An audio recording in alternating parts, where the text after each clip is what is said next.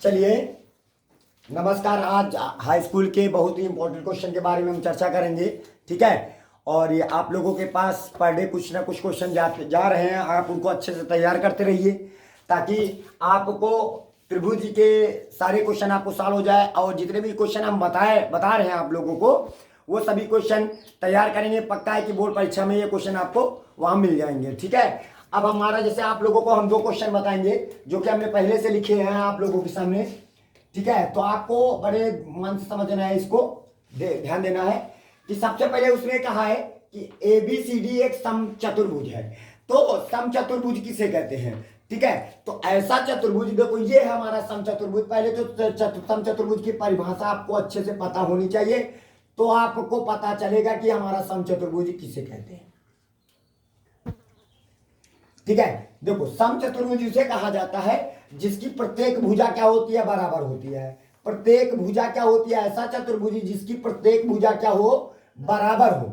ऐसी भुजा जिसकी प्रत्येक भुजा क्या हो, बराबर हो, समचतुर्भुज कहलाता है। और सभी भुजाएं, अब कहोगे सर वर्ग में भी तो सभी भुजाएं बराबर होती हैं, तो इसमें और उसमें थोड़ा सा अंतर है। इनके विकर्ण आपस में बराबर नहीं होते हैं, यानी समचतुर्भुज के जो विकर्ण होते हैं वो बराबर नहीं होते हैं, लेकिन विकर्ण परस्पर एक दूसरे पर 90 अंश का कोण अंतरित करते हैं। कितने अंश का कोण, 90 अंश का कोण अंतरित करते हैं। याद रखना ये बात को, ठीक है। जहां पर विकर्ण एक दूसरे को प्रतिच्छेदित करते हैं, ये जहां पर प्रतिच्छेदित किया, ये प्रतिच्छेदन बिंदु, ये ओ एक दूसरे को कहां पर, एक दूसरे पर कितने, यानी आप यहां पे कह सकते AOD कितने अंश का कोण बना रहा है, 90 अंश का। AOB कितने अंश का कोण, 90 अंश का। और BOC कितने अंश का कोण, 90 अंश का। COD कितने अंश का, 90 अंश का कोण, यानी प्रत्येक कोण कितने अंश का होता है, 90 अंश का कोण होता है, ठीक है। तो सबसे पहले हम यहां पे करेंगे कि दिया है, ध्यान देना बात को, दिया है कि ABCD एक समचतुर्भुज है, ठीक है। समचतुर्भुज है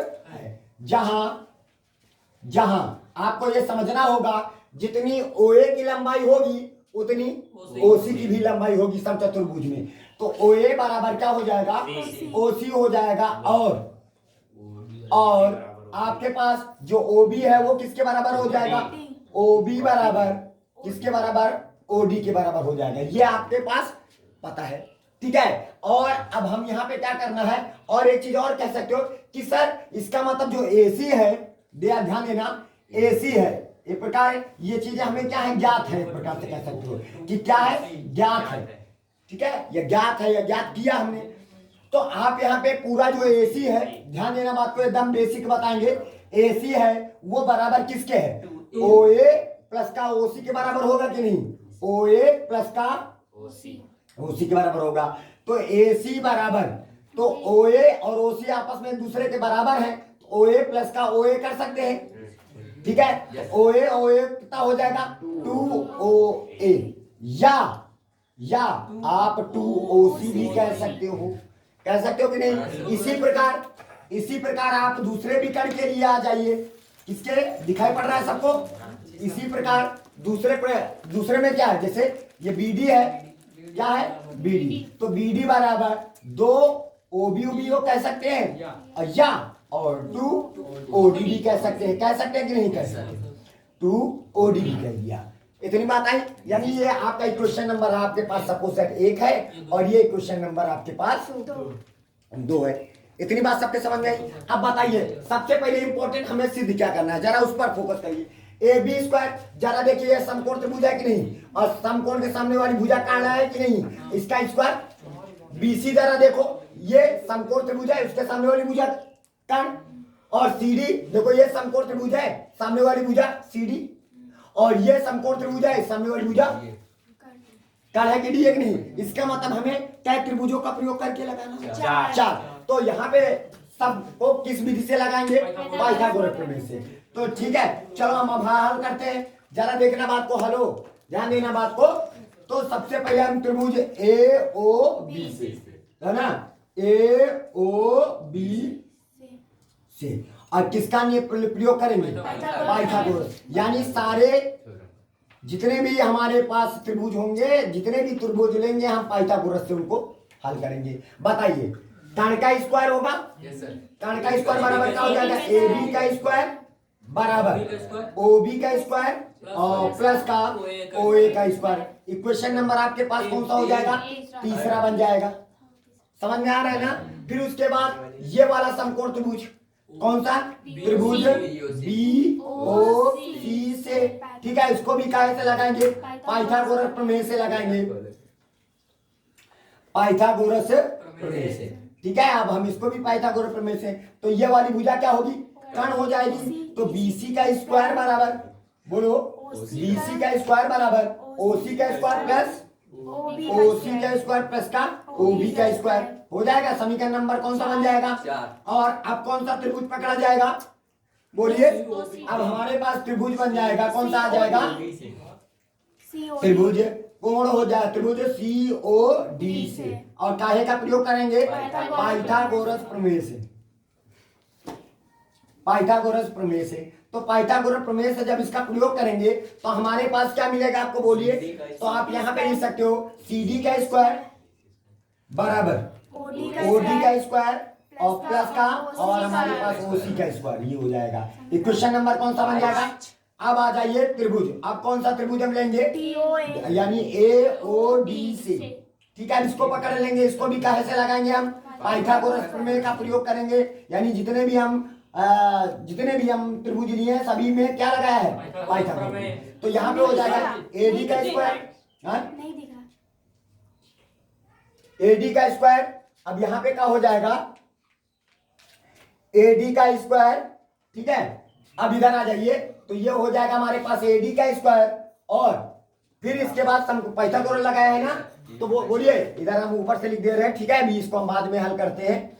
तो यहाँ पे आ जाइए, तो ए डी का स्क्वायर बराबर, अब हमारे पास क्या हो जाएगा, ओ ए का स्क्वायर और प्लस का ओ डी का स्क्वायर, ये हो जाएगा। इक्वेशन नंबर कौन सा बन गया, छठवां। अब देखो जरा देखिए, A B B C C D D A B का स्क्वायर बी सी का स्क्वायर सी डी का स्क्वायर डी ए का स्क्वायर, तो सबके बीच में क्या लगा है, तो आप यहाँ पे लिखोगे समीकरण 3 4 5 वे 6 को क्या करेंगे, जोड़ने पर, जब हम जोड़ेंगे, ठीक है, ये जोड़ देंगे।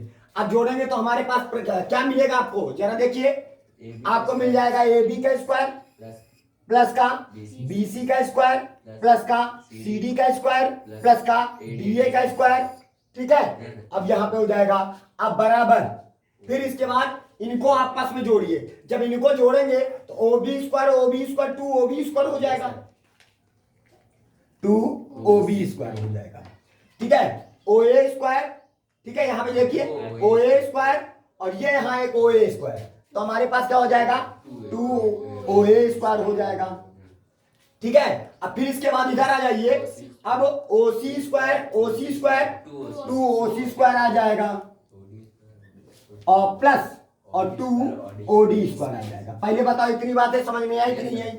अब जरा देखिए, सबसे पहले आपको यह बात समझना है कि हमारे पास, यहाँ पे आ जाइए, ये ओ ए किसके बराबर है, ओ सी के बराबर, या ओ सी किसके बराबर, ओ ए के बराबर, ओ बी किसके बराबर, ओ डी के, ओ डी किसके बराबर। तो आप यहाँ पे लिख सकते हो, क्या क्या लिखोगे, जैसे 2 ओ बी स्क्वायर लिखा रहने दो, प्लस का 2 ओ ए स्क्वायर लिखा रहने दो, प्लस का 2। अब ओ सी के स्थान पर, ओ सी की जगह पर ओ ए लिख सकते हैं, तो ओ ए का स्क्वायर हो जाएगा, अब प्लस का, और इधर हो जाएगा 2 और ओ डी का स्क्वायर हो जाएगा। क्या ओ डी की जगह पर क्या लिख सकते हैं, ओ बी भी लिख सकते हैं, ओ बी का स्क्वायर कर दिया। अब जरा बताइए, 2 ओ बी स्क्वायर, तो हमारे पास 4 और 2 ओ ए स्क्वायर 4 ओ ए स्क्वायर हो जाएगा, और प्लस बोलो, और कितना हो जाएगा, 4 ओ बी स्क्वायर आ जाएगा। पहले बताओ इतनी बात समझ में आई। अब बताओ इस 4 को क्या हम 2 ओ ए का होल स्क्वायर बना सकते हैं, अब प्लस का 2 ओ बी का होल स्क्वायर बना सकते हैं कि नहीं बना सकते।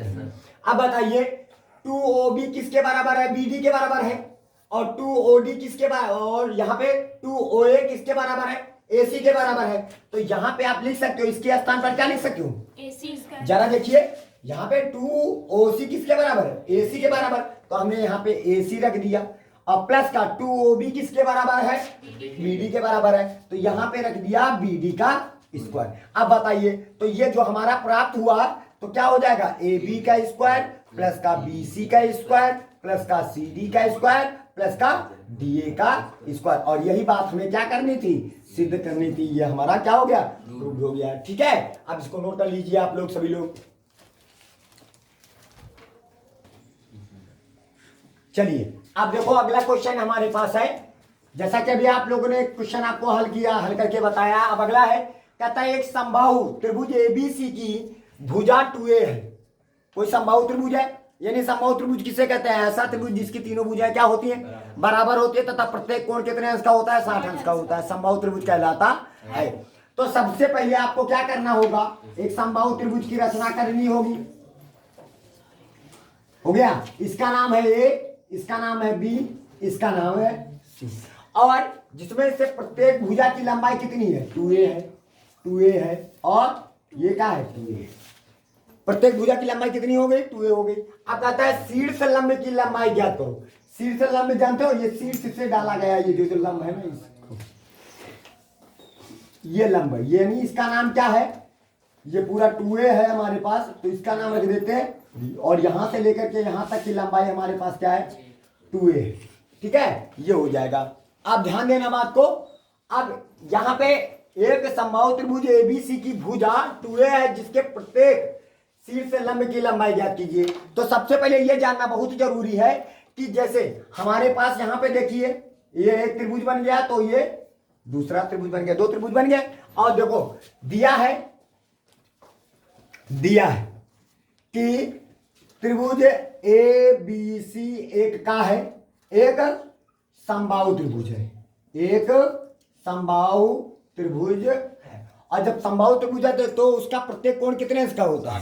60 अंश का होता है। ठीक है, तो हमारे पास प्रत्येक कोण कितना होता है? 60 अंश का, यानी कोण A भी हमारे पास 60 अंश, कोण B भी हमारे पास 60 अंश, कोण C भी बराबर 60 अंश। ये सभी प्रत्येक कोण क्या होते हैं? 60 अंश होते हैं। और साथ में और AB जो होगा वो बराबर BC होगा, बराबर CD हो गया। ठीक है, तो हमने क्या किया? और क्या AC है? यहाँ पे AC लिख लीजिए। अब देखिए, और AC हो गया। अब बताइए, और ये भी कह सकते हो कि हमारे पास ये जो AD है, क्या है? AD है, वो लंब है किस पर? ये BC। ये सभी बातें हमको, हमें ज्ञात क्या करना है? हमें इसकी AD की लंबाई ज्ञात करनी है। और ये कितने अंश का कोण बनाया है? 90 अंश का। ये कैसा है? 90 अंश का कोण बनाया है। ठीक है, अब बताइए, अब हम हल करते हैं। तो जब हल करेंगे तो सबसे पहले एक बात करेंगे, ध्यान देना बात को।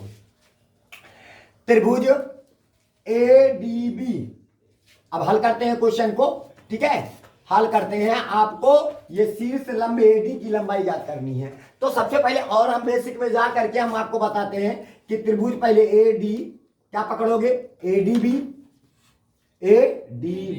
और त्रिभुज का नाम है ADC से, इन दोनों को क्यों का पहले तुमको ये बताएंगे कि भैया ये दोनों आपस में क्या होते हैं? बराबर होते हैं। ठीक है, तो सबसे पहले आपको कैसे बताएंगे? जरा देखिए, इस वाले त्रिभुज का कोण B, समझ रहे हो? इस वाले त्रिभुज का कोण B, उस वाले त्रिभुज का कोण C आपस में बराबर है, क्योंकि प्रत्येक कितने अंश का है? 60 अंश का है। प्रत्येक कितने अंश का है? 60 अंश का हो जाएगा। फिर इसके बाद यहां पे बताइए, ये वाली भुजा कौन सी भुजा? AB जो है वो बराबर किसके बराबर है? AC के बराबर है, क्योंकि सभी बराबर होते हैं समबाहु त्रिभुज से। समबाहु, या कह लो दिया है, या कह लो क्या करोगे? दिया है। और ये भी कह सकते हो AD क्या है? AD बराबर, AD हमारे पास क्या है? उभयनिष्ठ। ये हमारे पास क्या हो जाएगा? उभयनिष्ठ हो जाएगा। इतनी बात सबके दिमाग में चढ़ गई? अच्छा, अब इसका मतलब है कि ये वाला त्रिभुज, यानी त्रिभुज ADB, यानी क्या है? ADB, ठीक है, सर्वांगसम।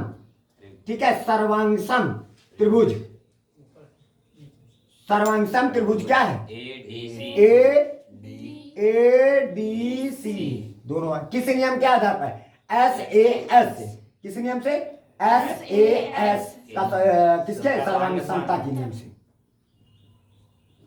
पहले बताओ इतनी बात समझ में आई। जब सर्वांग समता के नियम से जब त्रिभुज दोनों आपस में क्या हो जाते हैं, सर्वांग सम हो जाते हैं, तो इन ये वाली त्रिभुज के प्रत्येक सभी चीजें और ये वाली त्रिभुज के प्रत्येक चीजें सभी क्या हो जाती है, बराबर है। इसका मतलब है कि जो हमारा BD है वो बराबर किसके है, DC के दोनों बराबर है। अब बताइए पूरी BC की लंबाई कितनी है, 2A बराबर 2A है, तो इसको दो भागों में बांट दिया गया है। इसका मतलब कि यहाँ पे कह सकते हो, ध्यान देना, BC बराबर हमारे पास क्या है, BC बराबर हम BD और प्लस का CD बराबर 2A है ना। अब बताइए BD की जगह पर या BC की CD की जगह पर हमने BD लिखा और प्लस का CD की जगह पर हमने क्या रख दिया, BD रख दिया, बराबर क्या हो जाएगा, 2A हो जाएगा। अब जरा देखिए इधर BD कितना हो जाएगा, 2BD हो जाएगा बराबर 2A हो जाएगा। तो काट दिया तो हमारे पास BD बराबर A या CD बराबर भी कह सकते हो A हो गया। इसका मतलब है ये कितना हुआ हमारे पास A। अब आया समझ में। अब हम चलते हैं, क्या लगाएंगे जरा देखिए। अब हम क्या करेंगे, अब समकोण त्रिभुज, बोलो समकोण त्रिभुज, समकोण त्रिभुज का नाम है AD और B से, दिखाई पड़ रहा है, ADB से।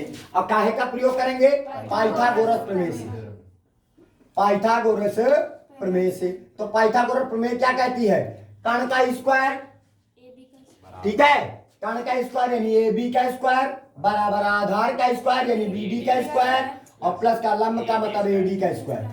ठीक है, हमें किसका मान ज्ञात करना है, AD का, ठीक है। और जितना AD का लंबाई होगी वो B यहाँ से B से डाले गए उसकी भी लंबाई और C से डाले गए उसकी भी लंबाई, सभी लंबाइयां क्या होंगी, प्रत्येक की लंबाई बराबर होगी।